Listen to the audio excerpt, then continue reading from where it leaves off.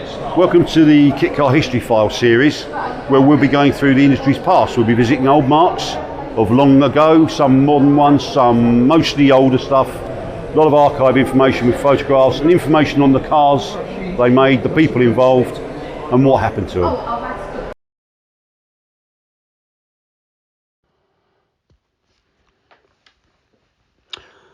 Hi, my name's Steve Hull, editor of TKC Mag and TotalKitCar.com, and welcome to another episode of Total Kit Car History Files series. Welcome if you're new around here, or if you're old around here. Equally welcome wherever you are in the world, whatever time of the day it is when you're listening to this. Hope it puts a little smile on your face and gives you a little bit of information on a kit car from yesteryear. This episode we're going to look at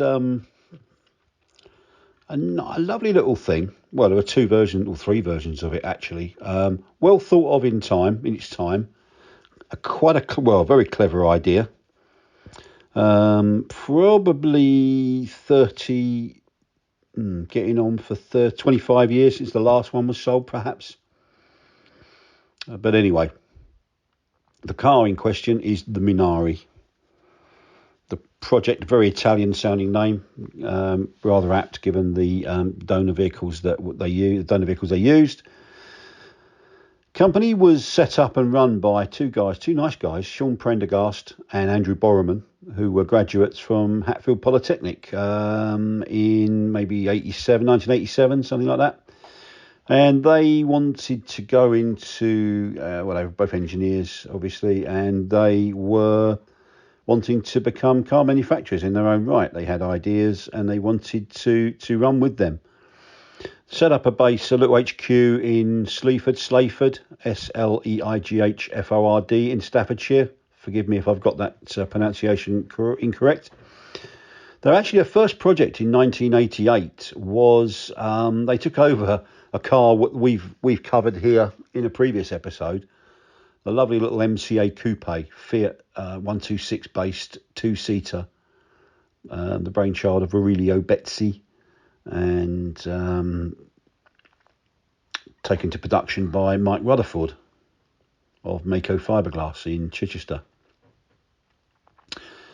If you'd listened to the Mini Gem history file, which could have preceded this one, depending on the order we're running them in, and I mentioned for newcomers that GRP fiberglass and glass fiber were one and the same thing pretty much. And I mentioned that fiberglass was a trademarked word and we try and avoid it. Mako Fiberglass was a case in point that we can't really get around the fact that they use the word fiberglass in their company name. But anyway, moving on. So the Prendergast and Borroman cut their teeth really with the MCA, and they added they had a mess around with the monocoque and they had the steel front. So they had a little go at mechanically to make it in better. It wasn't bad anyway, but they endeavoured to make it better. And I always saw that really as kind of a practice free hit, if you will, for the car that they were really working on of their own, which was the Minari Mark 1, or also known as the Club Sport.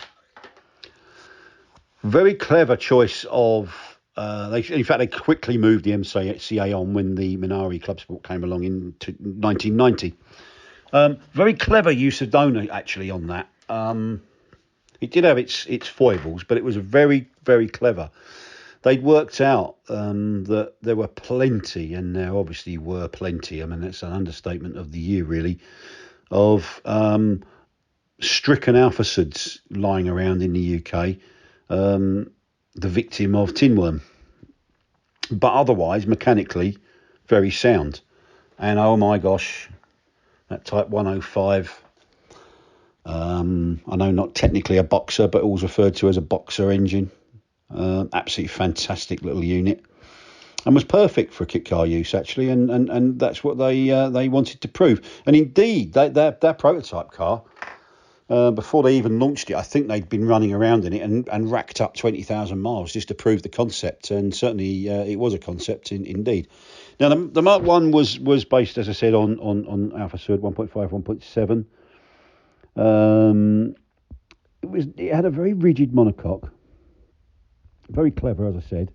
Um, Doors were quite shallow, which could make ingress and exit quite. But once you got in, it was all good, really.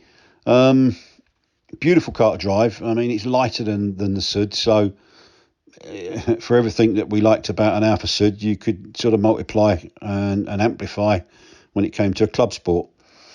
It had an interesting collection of parts from the parts bin of various manufacturers. For example, the Citroen AX donated its windscreen and its headlights, although the windscreen seal was actually from a transit van. Quite interesting, this, and it's one for trivia fans, really. Bonnet hinges, they're interesting. They were actually the hinges of a rear door on a Land Rover S3. S3 Safari model. While the Alfa Sud, the Sprint model, supplied its rear light lenses. So it was all good, really. So over the next couple of years, they sold that. I think they only did 13 of them, to be honest with you.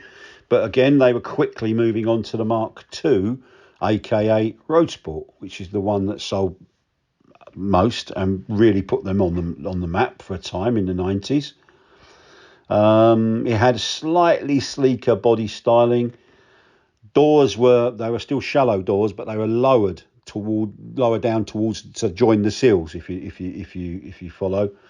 And it also had wind-up windows in those doors, which the Club Sport didn't have. An option was for hardtop, again, which the Mark I didn't, the Club Sport didn't have.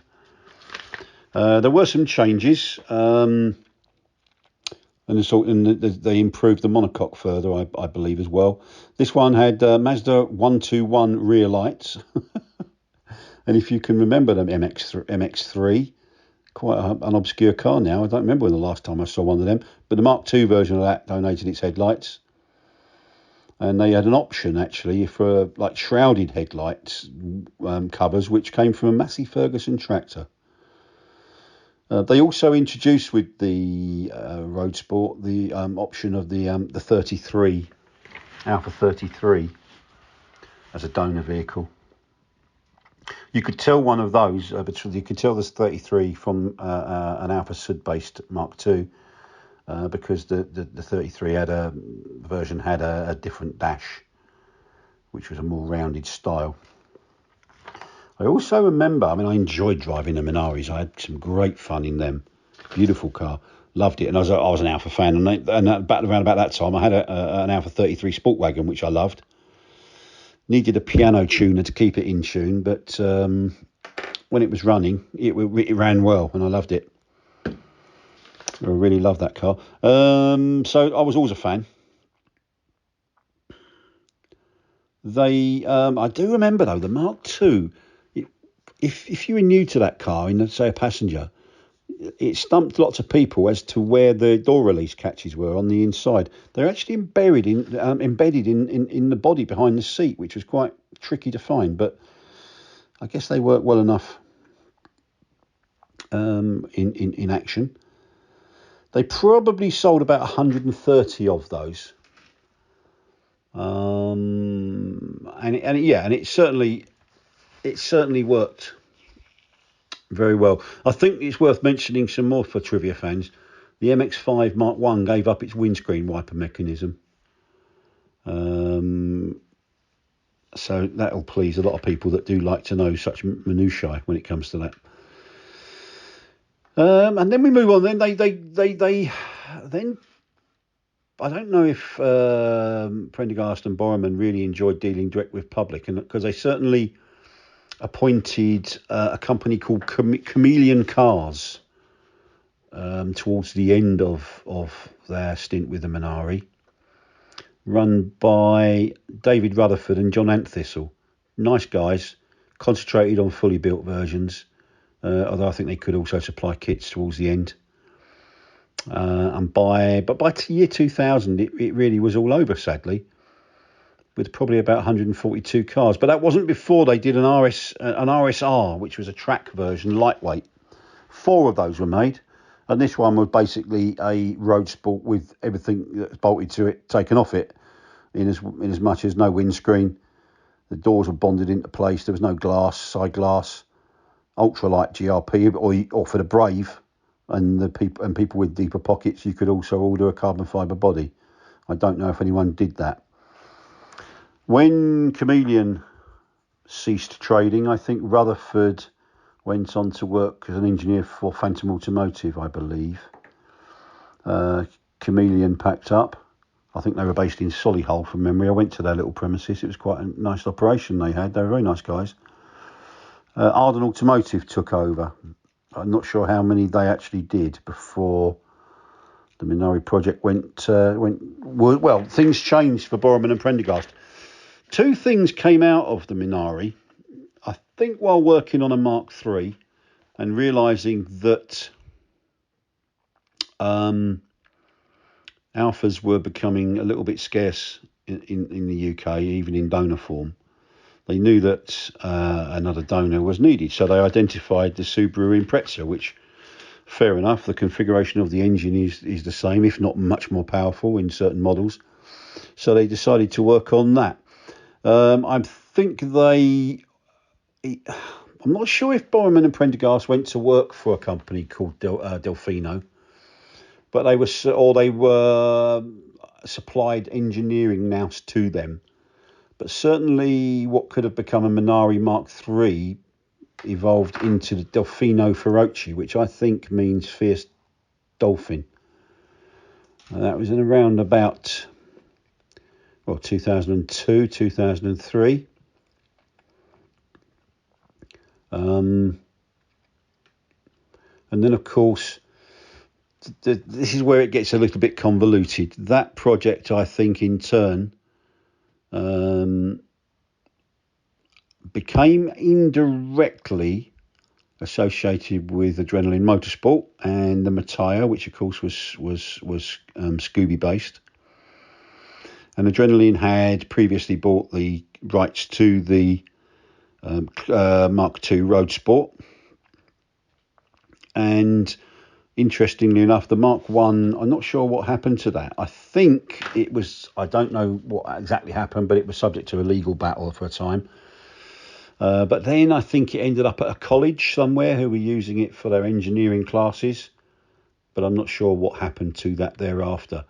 The Mark II ended up with a lovely chap, now departed, called Paul Featherstone Harvey, a very keen kit car enthusiast, and a very nice guy from Cornwall. He set up a company called Peninsula Sports Cars that acquired ex-Robin Hood founder, main man, New Snake project, which was a Ford Mondeo based Cobra approximation. And he also bought the rights to the Mark II, the Road Sport, Minari Road Sport.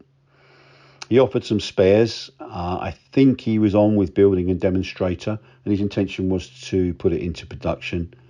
But sadly, Paul passed away in 2017, and those projects have been on hold ever since. So there we kind of have the Minari story. Car, it's child of its time, but a lovely kit car, certainly in Mark II Road Sport guise, that had some very clever brains behind it.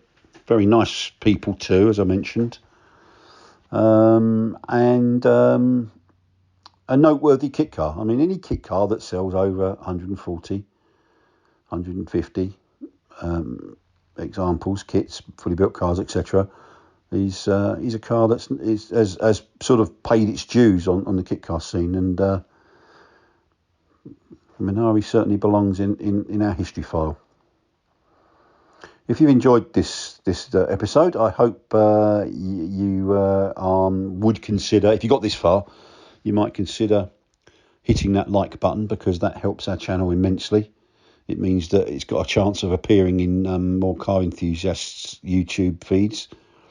I don't mind it being random, because my own feed, I don't know about you, but I end up with I'm not particularly interested in boating or fishing or such other pursuits, but they tend to end up in my feed, but I tend to find them very enjoyable actually. So that's no problem. If you have been looking for a fishing channel and you found our channel, great, you're welcome.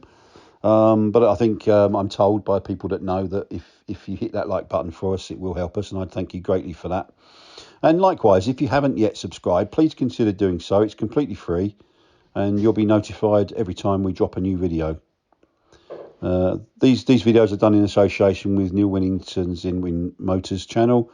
Please consider going to visit Neil Winnington's channel there and doing the same and subscribing and liking.